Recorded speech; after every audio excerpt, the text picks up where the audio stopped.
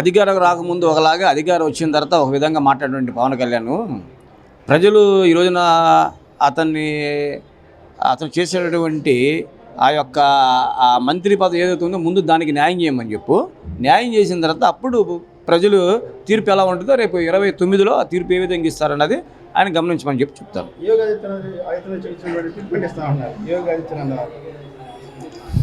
ఏంటంటే మాట్లాడుకోవడానికి ఇదిగా ఉంటే ఎవరు ట్రీట్మెంట్ ఇస్తారో ప్రజలు గమనిస్తూనే ఉన్నారు.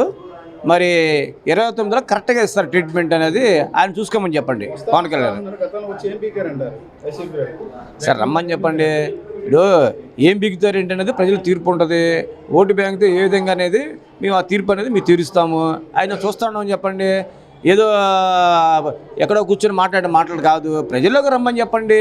ప్రజా సమస్యల మీద పరిష్కారం దృష్టి పెట్టండి కానీ, అంతేగాని ఇక్కడ అమావాస్య పనికి వచ్చి మాట్లాడేది ఇది అయితే కరెక్ట్ కాదని చెప్తున్నాం.